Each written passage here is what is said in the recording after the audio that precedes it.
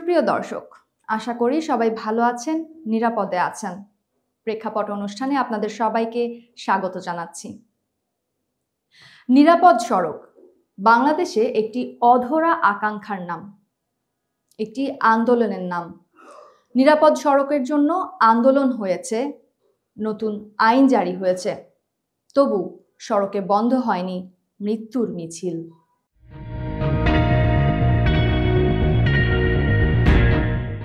রাস্তাটা চালু আছে, অথচ লোকজন পার হয়ে আসছে। এটা পাবলিকের দোষ না, অবশ্যই দোষ। অথবা দেখেন ফ্লাইওভার আছে, ফ্লাইওভার ব্যবহার করতেছে না।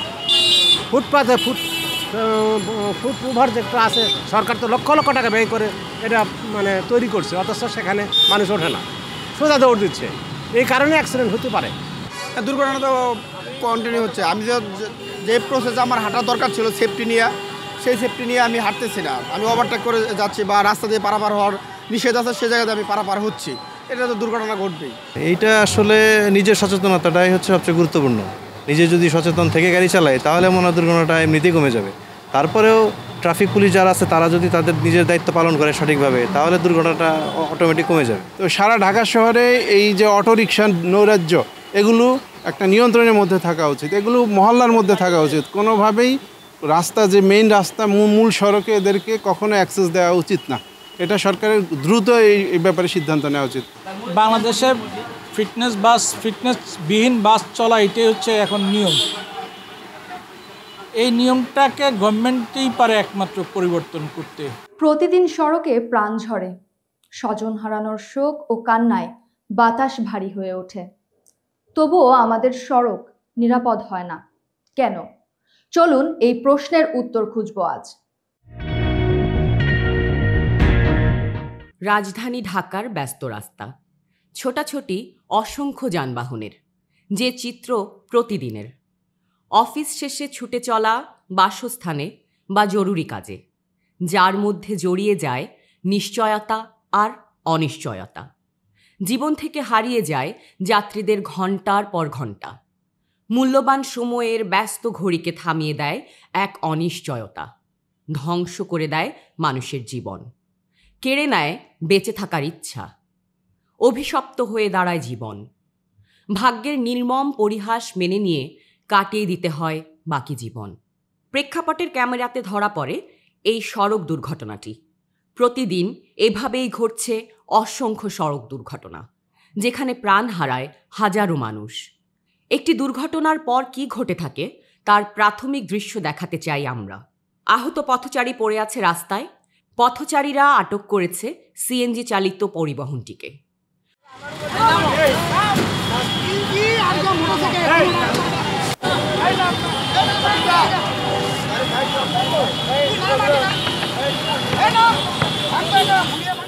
উত্তেজিত জনতা প্রহারের হাত থেকে বাঁচাতে ঘটনাস্থলে ছুটে আসে ট্রাফিক পুলিশ।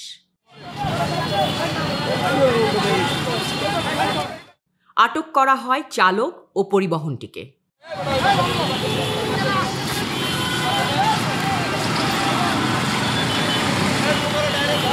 এদিকে আহত পথচারীর জ্ঞান ফেরাতে ও প্রাথমিক চিকিৎসা দিতে ব্যস্ত পথচারীরা।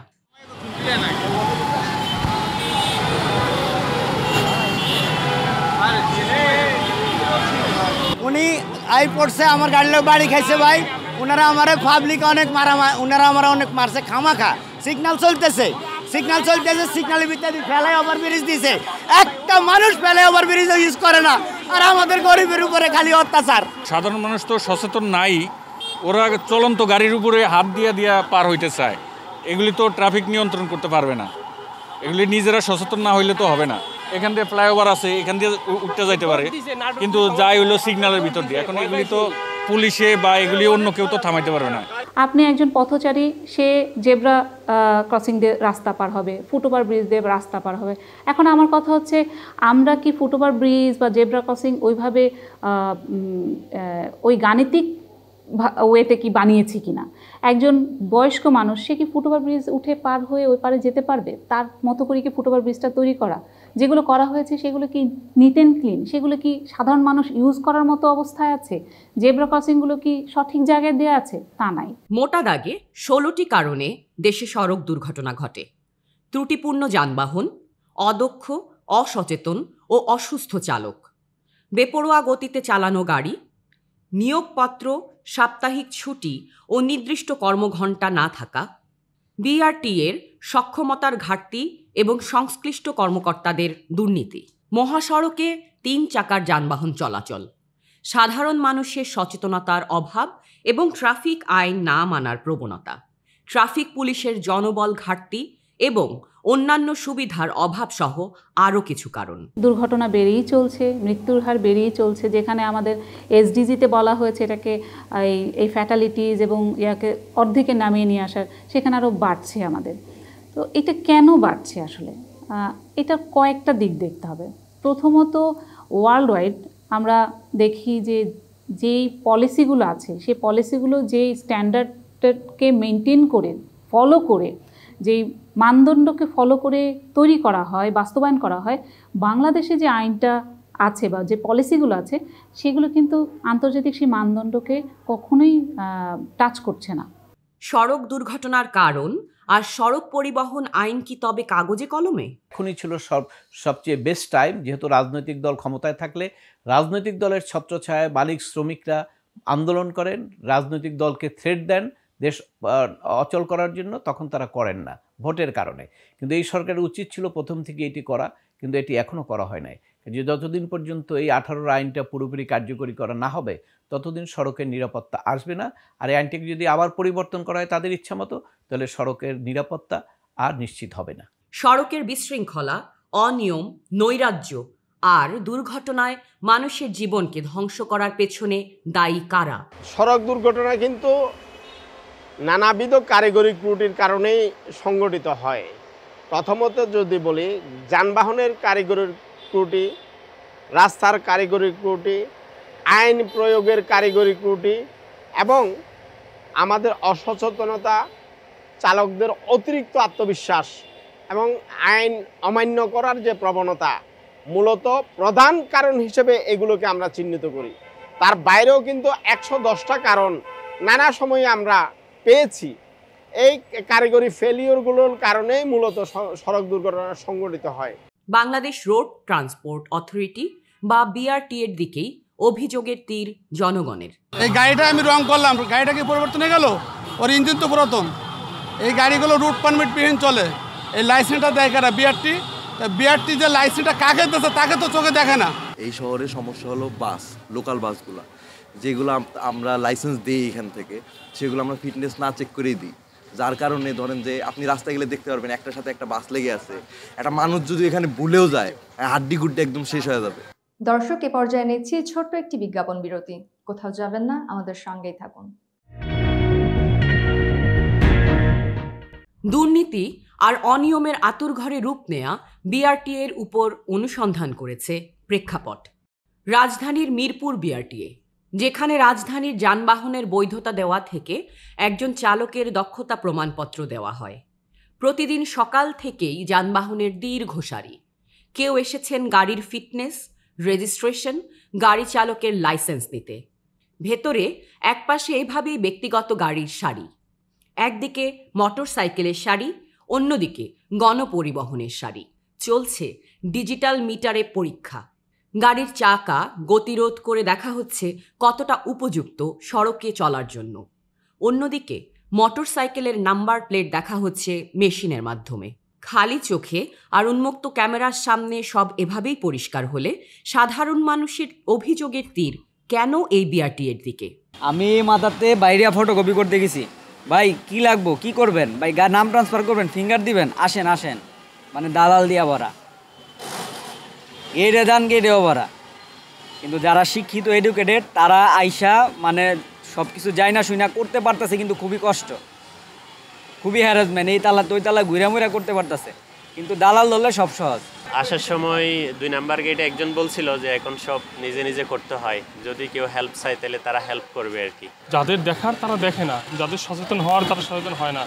আমি সারাদিন ধরে মাঠে চিল্লালেও তো লাভ নেই, আপনি চিল্লালেও লাভ নেই। কোনো লাভ আছে? আমি কি এটা চেঞ্জ করতে পারবো? আমি পারবো না। এটা একটা অদৃশ্য, এখানে সব ধরনের অনিয়ম চলে, কিন্তু কেউ স্পেসিফিকভাবে কেউ বলতে চায় না, মুখ খুলতে চায় না, কিন্তু অনিয়ম আছে। প্রেক্ষাপট এবার ছদ্মবেশে বিআরটি এর কার্যক্রম তুলে ধরতে মাঠে নামে। সড়কের পাশ দিয়ে হাঁটছে অনুসন্ধানী ক্যামেরা আর প্রেক্ষাপট সদস্য। একটু সামনে যেতেই দুজন ব্যক্তির বাকবিতণ্ডা।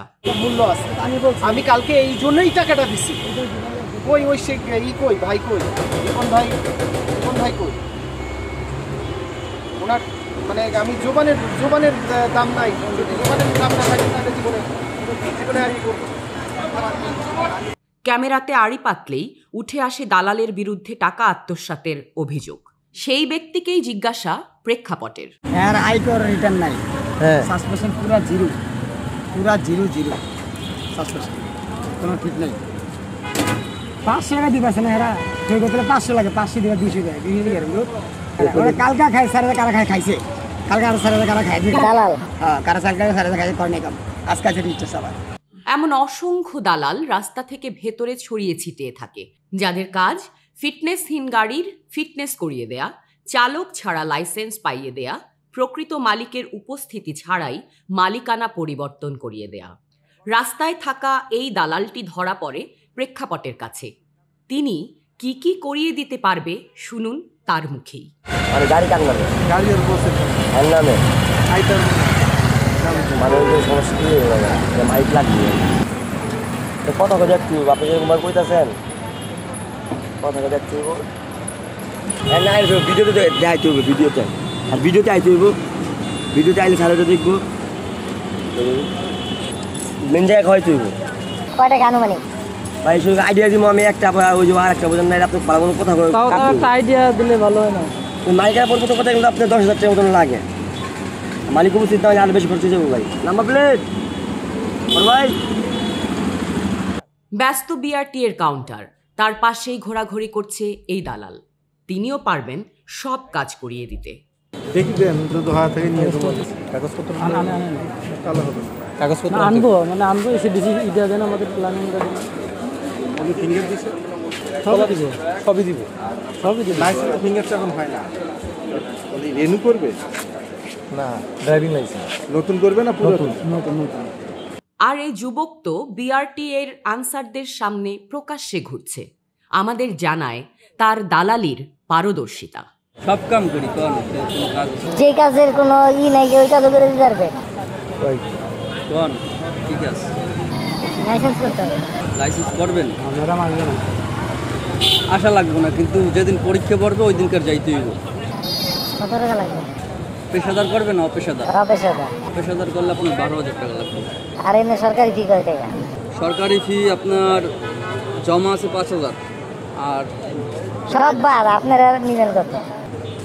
আপনার কত চার্জ? 12,000 টাকা আমরা একদম সম্পূর্ণ একটু পরীক্ষা টরীক্ষা সব আমরাই করে দেবো।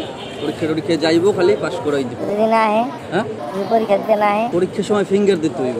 খালি ফিঙ্গার দিল কিন্তু গাড়ি বইতে পারবো না, স্টারিং ওটা বড় লাগবে না কিছু, ওটা খালি যাইবো, যাইয়া ওই যেটা কইব করে হের পাস হয়ে যাইব। বিআরটিএ জুড়ে দালালের উৎপাত ধরা পড়ে প্রেক্ষাপটের ক্যামেরায়, যার বাস্তব চিত্রের কথাও স্বীকার করেন এখানকার আনসার সদস্যরা। আমরা কি করবো, হাজার দালাল কিনছে, কালকে তো 5টা রেজাল্ট দিচ্ছে, প্রতিদিন এই দিতেছে, আবার কদিন পরে ফিরে যাবে। আমাদের নির্দেশনা পিছিয়ে আছে, তারপর আমাদের ম্যাজিস্ট্রেট আছে, পুলিশ আছে, এগুলো আছে। এইখানকার আর বাকি দালালরা কি করে? বাকি দালালরা কি করবে? দালালের কাজ করে। সেবামূলক রাষ্ট্রের কাছে জবাবদিহি করতে বাধ্য এই বিআরটিএ। যেখানে দালাল নির্মূল করা যার দায়িত্ব, সেখানে উপস্থিতি নেই ম্যাজিস্ট্রেটের। আমার রাস্তাটা কিন্তু যেই ইঞ্জিনিয়ারিং আসপেক্টে যে রেশিওতে হওয়া উচিত সেটা হচ্ছে না, আমার যে পরিমাণ ফুটপাথ থাকা উচিত সেটা থাকছে না, যেটুকু আছে সেটুকু দখল হয়ে আছে। তারপরে রাস্তার যে সেফটি এলিমেন্টগুলো থাকা উচিত সেটা হচ্ছে না। আর সবচেয়ে বড় বিষয়, আমার যে যানবাহনগুলো আছে, মোটরযানগুলো আছে, সেগুলোর এতই দুরবস্থা, আনফিট যানবাহনগুলো ঢাকা শহরে বা সারা বাংলাদেশে চলছে, সেগুলোর উন্নতি হচ্ছে না। এবং পাশাপাশি যানবাহনে যে সেফটি এলিমেন্টগুলো থাকা দরকার, যেমন আপনার সিট বেল্ট থাকা উচিত, এয়ারব্যাগ থাকা উচিত, যাতে দুর্ঘটনা হলে মানুষ যেন অ্যাটলিস্ট একটা প্রোটেকশন পায়, সেগুলো কিন্তু বাংলাদেশে নাই। সড়কের দুর্ঘটনা রোধে করা হয়েছে সড়ক পরিবহন আইন 2018। একটা আইন করা হলো 18 সালের আইন, এবং এটা মোটামুটি আমরা যা চেয়েছিলাম অনেক উন্নতি হয়েছিল এবং আশা করেছিলাম যে এটার মাধ্যমে সড়কের নিরাপত্তা ফিরে আসবে। কিন্তু দুঃখজনক সত্য, 18 সালের আইন হলেও সে আইন 2-3 বছরেও কার্যকরী করা হয় নাই। আবার আমি আদালতে গেলাম, জনস্বার্থের মামলা করলাম এই আইনটা কার্যকরী করার জন্য। আদালত রুল জারি করার পরে তারপরে এটা কার্যকরী করার ঘোষণা আসলো, কিন্তু ফিল্ড লেভেলে কোনো প্রস্তুতি ছিল না, এবং সেই কারণে ঘোষণা দিয়ে আর ফিল্ড লেভেলে কার্যকরীর কথা বলা হলেও প্রশাসন যারা ফিল্ড লেভেলে রাস্তায় থাকে তারা এটাকে কোনো কার্যকরী করছেন না। এবং ইভেন কি আজকে পর্যন্ত এই আইন পুরোপুরি কার্যকরী হয় নাই। এখনও মালিকদের দাবি যে ওই যে পরিবর্তন আনা হয়েছে সেখানে তাদের যে সাজা এবং তাদের যে হত্যা মামলা করার যে সুযোগ সেটিকে বাতিল করতে হবে, এবং এই সরকার 1 বছরের বেশি সময় হয়ে গেল এই ব্যাপারে কিন্তু কোনো কথা বলছেন না। সড়কের নৈরাজ্য বন্ধের দায়িত্ব যে বিআরটি এর, তাদের আইনের আওতায় আনবে কি? আমাদের যারা আইন প্রয়োগকারী সংস্থা তাদেরও কিন্তু এখানে অনেস্টির একটা বিষয় আছে, যে আমার দেশে আমার সড়কে একটা নিরীহ মানুষ মারা যাচ্ছে, সেটা যাতে না মারা যায়, আমি সেই জায়গাটায় একজন আইন প্রয়োগকারী সংস্থা হিসেবে, আইন প্রয়োগকারী ব্যক্তি হিসেবে আমাকে অনেক সচেতন থাকতে হবে, অনেক কঠিন থাকতে হবে, যেন কোনো চালক বা কোনো পথচারী বা কোনো সড়ক ব্যবহারকারী যেন আইনটা অমান্য করতে না পারে। এই দৃশ্যটি একজন দায়িত্বে থাকা ট্রাফিক পুলিশ সদস্যের, যার উপরই চালিয়ে দেওয়া হচ্ছে গণপরিবহনটি, মানা হচ্ছে না তার কোনো নির্দেশনা। অপারগ ট্রাফিক সার্জেন্ট।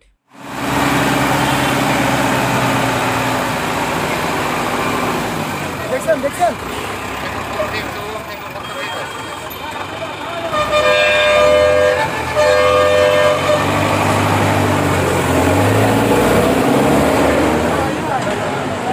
আইন শৃঙ্খলা রক্ষাকারী বাহিনী আছে, তারা মূলত গতিটাকে নিরাপদ করবার জন্য, মানুষের চলাচলটাকে নির্বিঘ্ন করবার জন্য যে সমস্ত উপায়গুলো আছে এগুলোকে চিহ্নিত করবেন এবং সমাধানের জন্য উদ্যোগ নেবেন। এই কাজটি করলেই কেবল সড়কে শৃঙ্খলা ফেরত আসে, আর শৃঙ্খলা প্রতিষ্ঠিত হলেই দুর্ঘটনা কমে আসে। ধাক্কাধাক্কি আর কারো কাঁধের উপর হাত দিয়ে ব্যস্ততা ঝেড়ে ঘরে ফেরার এক অসুস্থ প্রতিযোগিতার এই দৃশ্য ঢাকার প্রতিদিনের। গণপরিবহন যখন গণযাতায়াতের মাধ্যম, তখন কতটা স্বস্তির ব্যবস্থাপনায় চলছে এই খাতটি? মানুষের সেবায় আলোচনায় থাকা এই সেবা খাতটি কতটা জবাবদিহিতায় চলছে? প্রথমত হচ্ছে আমার উপযুক্ত আইন লাগবে, পলিসি লাগবে। দ্বিতীয়ত হচ্ছে এটার সঠিক বাস্তবায়ন লাগবে। তৃতীয়ত হচ্ছে আইন, পলিসি সব কিছু কিন্তু জনগণকে জানতে হবে, সচেতন হতে হবে। এই আমরা তিনটা 3 E's বলি। একটা হচ্ছে আপনার ইঞ্জিনিয়ারিং, একটা হচ্ছে এডুকেশন, একটা হচ্ছে এনফোর্সমেন্ট। এই 3টা ই যখন প্যারালালি কাজ করবে তখন কিন্তু আমরা একটা সড়ক মানুষের জন্য নিরাপদ করতে পারবো। আদারওয়াইজ কোনোটা কাজ করছে, কোনোটা কাজ করছে না, তখন কিন্তু সড়কটাকে নিরাপদ করা সম্ভব না। দুর্ঘটনা সে একই রয়ে যাবে। একটি গণপরিবহনের চিত্র এটি। তেল ধারণের ক্ষমতা নেই, নেই কোনো যাত্রী ওঠাবার জায়গা, তবুও চেষ্টা। রাজধানীর বাংলা মোটর মোড়, এই বাসটির পেছনে নেই কোনো দিক নির্দেশনার বাতি বা ইন্ডিকেটর। পেছনে থাকা পরিবহন কিভাবে বুঝবে চলন্ত অবস্থায় বাসটি ডানে যাবে নাকি বামে যাবে? আরেকটি বাসের চিত্রই বলে দিচ্ছে ইন্ডিকেটর ভেঙে নিবু নিবু করছে, রাজপথ দাবিয়ে বেড়াচ্ছে ট্রাফিক আইনের চোখের সামনে। গণপরিবহনের এই বেহাল দশা জানতেই বাসের যাত্রীদের বুক ফাটা আর্তনাদ আর অভিযোগ এক ঝুড়ি। সড়কের শৃঙ্খলা ফিরবে কিভাবে? ওনারা কোনো স্টেশন নাই, কোনো কিছু নাই, যে কোনো জায়গায় যে কোনো সময় দাঁড়ায় যায়, সেক্ষেত্রে মানুষের ব্যাঘাত ঘটে। আপনি সঠিকভাবে মূল্যায়ন করে তার লাইসেন্সটা, একজন ড্রাইভার যদি তার দক্ষ লাইসেন্স নিয়ে বার হয়, টাকা ঘুষ দেওয়া লাইসেন্স না নিয়ে সঠিকভাবে সে আসলেই ভালোভাবে চালাইতে পারতেছে, তাহলে আমাদের দেশের উন্নয়ন হবে, অ্যাক্সিডেন্ট হবে না, মারামারি হবে না, মানুষের হাত পা যাবে না, মানুষ একটা সংসারের একজন যে খেটে খাওয়া মানুষ চালায় সে ধ্বংস হবে না। গাড়িতে চালানোর কোনো নিয়ম শৃঙ্খলা নাই, উল্টাপাল্টা চালায়। লোকাল বাস মানে লোকাল কি, লোকালের করে লোকাল, যে কজন সিট আছে তাতে বেশি লোক নেয়। আগে যে একটা চার্ট ছিল, সরকার নির্ধারিত একটা ভাড়া রেট ছিল, এখান থেকে কত কিলো প্রতি, এখন আর সে চার্টও কোনো বাসে নেই। নিচ্ছি ছোট্ট একটি বিজ্ঞাপন বিরতি, ফিরে আসছি কিছুক্ষণের মধ্যেই, সঙ্গেই থাকুন। যাত্রীদের অভিযোগের সত্যতা খুঁজতেই উঠে আসে গণপরিবহন সংশ্লিষ্টদের অভিযোগ আর নিয়ম না মানার স্বীকারোক্তি। মালিকের দেওয়া লাগে 3500, আবার ম্যানেজারের দেওয়া লাগে 200। চাঁদাবাজি তো বলার বাইরে, চাঁদাবাজি তো জায়গায় জায়গায় টাকা দিতে হয়। মতিঝির দেওয়া লাগে 700, গুলিস্তান দেওয়া লাগে 370, সাভারে 80, পল্লী বিদ্যুৎ 200, আবার জায়গায় জায়গায় তো 10 টাকা 20 টাকা ফি। কোনটাকে চলে সিস্টেম মালিকের টিপ প্রতি টাকা দিতে হয়, গ্যাস চান্দা সব আমাদের। রাজধানীর বাংলা মোটর মোড়, পাশেই ফুট ওভারব্রিজ, যানবাহনের সিগন্যাল, ট্রাফিক পুলিশ সদস্যরা দায়িত্ব পালনে ব্যস্ত। তাদের হাতের নির্দেশনায় থামছে চলন্ত গাড়ি, সেই একই নির্দেশনায় চলছে গাড়ি, অথচ পাশেই রয়েছে ডিজিটাল নির্দেশনা। যুগ পেরিয়ে গেলেও কতটা স্মার্ট হয়েছে বাংলাদেশের গণপরিবহন ও সাধারণ মানুষ? কোথায় সেই বাধা? ব্যস্ত এই রাস্তার একপাশে থেমে আছে অসংখ্য পরিবহন। ডিজিটাল সংকেতে দেয়া হয়েছে জেব্রা ক্রসিংয়ে পার হবে পথচারী, অথচ পাশেই রাস্তাটিকে ছেড়ে দেয়া হয়েছে পরিবহন চলাচলের জন্য। সংকেতের সঠিক পরিকল্পনার অভাবে সাধারণ মানুষই বা কতটা মানছে সড়কের আইন? প্রেক্ষাপট দর্শকদের মনে করিয়ে দিতে চায় 2018 সালের নির্মম এবং আলোচিত সড়ক দুর্ঘটনার কথা। রাজপথ হয়েছিল রণক্ষেত্র, সাধারণ শিক্ষার্থীরা প্রতিবাদে ফুঁসে উঠেছিল রাজধানীতে। অকালে ঝরে গিয়েছিল মেধাবী 2 আলোর মুখ, একটি কলেজের 2 শিক্ষার্থী। সেদিন এই স্থানটিতেই হয়েছিল দুর্ঘটনাটি, যাকে মানতে পারেনি দেশের শাসন ব্যবস্থা আর নীতি নির্ধারকেরা। দ্রুত সময়ে দেয়া হয় আন্ডারপাস। হ্যাঁ, এটিই সেই আন্ডারপাস যেখানে প্রতিদিন চলাচল করেন পথচারীরা। আলোড়ন সৃষ্টি করা সেই আন্দোলনে উত্থাপিত হয় দাবি, যা মানতে সরকারের পদক্ষেপ আজ কতটা বাস্তবে। 2013 সাল থেকে আমরা রাষ্ট্রকে সড়ক দুর্ঘটনায় যারা মারা যাচ্ছে, আহত হচ্ছে, তাদের ক্ষতিপূরণ দেওয়ার জন্য দাবি দাওয়া তুলছিলাম। তারই প্রেক্ষিতে 2022 সালে সড়ক পরিবহন বিধিমালায় ক্ষতিপূরণের বিধানটি সংযুক্ত করা হয় এবং সংযুক্ত করার পর থেকে নিহতের ক্ষেত্রে 5 লাখ টাকা, আহত হলে 3 লাখ টাকা পর্যন্ত ক্ষতিপূরণ সম্প্রতি চালু হয়েছে, এটা সরকার দিচ্ছে। কিন্তু আমরা মনে করি এই ক্ষতিপূরণের পরিমাণ আরও বাড়ানো উচিত। রাজধানীতে সড়ক দুর্ঘটনায় নিহত সেই শিক্ষার্থীর পরিবারের সন্ধানে প্রেক্ষাপট। সন্তান হারানো এই পরিবারটি কি সান্ত্বনা পাচ্ছেন সড়কের নিয়মকানুন দেখে? রাস্তাঘাটের পরিস্থিতি ভাই খুব বর্তমানে খারাপ। এখন আগের থেকে অনেক হিজিবিজি রাস্তাঘাট, অনেক জামজটটা সৃষ্টি হয়ে গেছে গা। দুর্ঘটনা মোটামুটি অনেক প্রায় জায়গায় হইতে আছে। বেশিরভাগই অটো গাড়িগুলি এই গাড়ির তলে পড়তেছে, ট্রাকের তলে পড়তেছে, বাসের তলে পড়তেছে, এরকম করে অনেক জায়গায় লোক মারা যাইতে আছে। এমন বেশ কয়েকটি সড়ক দুর্ঘটনার শিকার পরিবারের সন্ধানে প্রেক্ষাপট ছুটে গেছে রাজধানীর বাহিরে। ফরিদপুরের চুমুরদি বাবলাতলা এলাকা, বাস ও ট্রাক্টরের চাপায় প্রাণ হারায় 5 জন, নিহত হয় একই পরিবারের 2 জন সদস্য। মারা গেছে হলো মনে করেন যে মাহিম দে যাইতেছে, মাহিম দে মনে করেন বাস অ্যাক্সিডেন্ট করে উল্টেই ফেলাইছে। 2 জন রাস্তা মাঝে হালে দিছে আর আমার স্বামী সাইডে পড়ে গেছে। শিবচর উপজেলার মাদবরচর গ্রামের পথে প্রেক্ষাপট।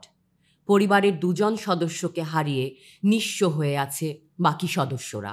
আমাদের পরিবারে 3 জন মানুষ আসলো, তারা আড়ে যাওয়ানোর সময়, টাইগার আড়ে যাওয়ানোর সময় মারা গেছে কোরবানির আগের বুধবার। এখন আমাদের পরিবার একদম নিঃস্ব। বিশ্ব স্বাস্থ্য সংস্থার মতে 2021 সালে যে আপনার ডাটাটা রিভিল করেছে, তাদের মতে আনুমানিক বাংলাদেশে প্রতি বছর 31,578 জন মানুষ মারা যায়।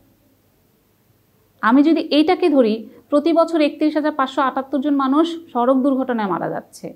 আমার পাশাপাশি যখন করোনা হলো, কোভিডকালীন সময় কতজন মারা যেত, আমরা টোটাল কতজন মারা গিয়েছে, আর আমরা প্রতি বছরে সড়ক দুর্ঘটনা কতজন হারাচ্ছি। তাহলে সমস্যা কোনটা? দুটোই কিন্তু সমস্যা, কিন্তু আমরা সড়ক দুর্ঘটনাকে কিন্তু আমরা অত গুরুত্ব দিচ্ছি না। দেশের বিভিন্ন প্রান্ত থেকে এই হাসপাতালটিতে ছুটে আসে সড়ক দুর্ঘটনার শিকার আহতরা, যেখানে চিকিৎসা নিতে গিয়ে কেউ বরণ করে নেয় চিরজীবনের জন্য পঙ্গুত্বকে, আবার কেউ স্বপ্ন দেখে সুস্থ হয়ে আগের মতো হাঁটা চলার। ড্রাইভারও ওরকম মনে মনে হয় কিছু খাওয়া হয়েছে, কিছু খাইছিল হয়তো, এই জন্য আর কি হাত ফসকে ব্রেকটা ছুটে গেছিল। ছুটে যাওয়ার পরে ড্রাইভার তো কিছু হয় নাই, যাত্রী 3 জন ছিল, 3 জনের একসাথে আর কি অ্যাক্সিডেন্ট হয়েছে। 6ষ্ঠ শ্রেণীতে পড়ে এই কিশোর, জাতীয় অর্থোপেডিক হাসপাতালের নিচে বসা। সড়ক পারাপারের সময় দুর্ঘটনার শিকার হয়ে একটি পা ভেঙে যায় তার, যার চিকিৎসা করাতে এখানে ছুটে আসা। স্কুলে যাইতেছিলাম, যাওয়ার পথে প্রাইভেট রাস্তা দিকেও তাকাইছিলাম, উপর দিকে প্রাইভেট কার মেরে দিয়েছে। তারপরে যে হাসপাতালে আসলাম, তো অপারেশন করলাম 2টা, তারপরে এখন এই অবস্থা আছি। রাস্তা দিয়ে ব্রিজ নেই, ওভার ব্রিজ নাই, স্কুলের পিছে হাই রোড, ওইটার থেকে রাস্তা পার করতে যায় প্রাইভেট কার বাড়ি দেওয়া মেরে দিচ্ছে। হাসপাতালটির জরুরি বিভাগের সামনে ফ্লোরে পরিবার নিয়ে বসে আছে আহত আরেকজন শিক্ষার্থী। দ্রুত গতিতে মোটরসাইকেল চালানোই কাল হয়ে দাঁড়ায় তার জীবনে। দোষটা বলতে আমি দেখছিলাম রাস্তাটা খালি আর কি, পরে অটোটা রং সাইড থেকে আসছে, এই করে আমি খেয়াল করি না, অন্যদিকে তাকাইছিলাম। তো পঙ্গুত্ব বরণ করা একটি অভিশাপ আর নির্মমতা। চিরজীবনের জন্য পা হারানো এসব মানুষরা যা মেনে নিতে শিখেছেন। ওই একটা টলি ছিল, মানে গরু টানে যে কোনো টলি আছে, টলি দাঁড়ানো ছিল, আমি দেখতে পাইনি টলিটা। এরকম ঝড় বৃষ্টি ছিল সেদিন, আবার ঝড়ও ছিল, আমি আর দেখতে পাইনি। মাগরিবের 10 মিনিট পরে অ্যাক্সিডেন্ট হচ্ছিল। সংসার এখন আপনার আর কি আল্লাহ একভাবে না একভাবে চালায়। আমার ওয়াইফটা একটু কাজকাম করে, এইটাই। হ্যাঁ, কষ্ট তো অবশ্যই, এ তো 24 ঘন্টা কষ্ট। এই এলিজারাপ করা মানে এই হাঁটুর ওপরে যাদের এলিজারাপ করা থাকে, এরা বেশিরভাগে সুইসাইড করে।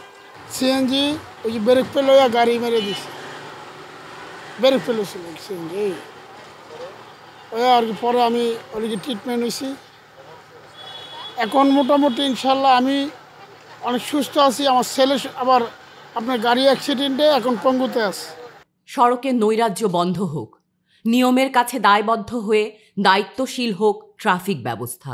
দুর্নীতির আতুরঘর থেকে বেরিয়ে সুপথে ফিরে আসুক বিআরটিএ, হোক আইনের যথাযথ প্রয়োগ। তবেই নিশ্চিত হবে নিরাপদ সড়ক ব্যবস্থা আর সাধারণ মানুষের নিরাপদ ভবিষ্যৎ। শুধু আশ্বাস আর আইন দিয়ে নিরাপদ সড়ক সম্ভব না, এজন্য নিতে হবে সমন্বিত উদ্যোগ। রাস্তায় ফিটনেসবিহীন গাড়ি চলাচল বন্ধ করতে হবে, অদক্ষ চালককে পরিবহন চালাতে দেওয়া যাবে না, বিআরটিএ-কে হতে হবে দুর্নীতিমুক্ত, এবং রাস্তায় চলাচলের সময় আমাদের সকলকে হতে হবে সচেতন ও দায়িত্বশীল। মানতে হবে ট্রাফিক আইন। সকলের সম্মিলিত প্রচেষ্টাই পারে সড়ক পথকে নিরাপদ করতে। আজ এ পর্যন্তই, দেখা হবে আগামী পর্বে নতুন কোনো বিষয় নিয়ে। আমাদের অনুষ্ঠান কেমন লাগলো জানাবেন। আমাদের সাথে যোগাযোগ করতে পারেন ইমেইল প্রেক্ষাপট@yahoo.com, ফেসবুক প্রেক্ষাপট।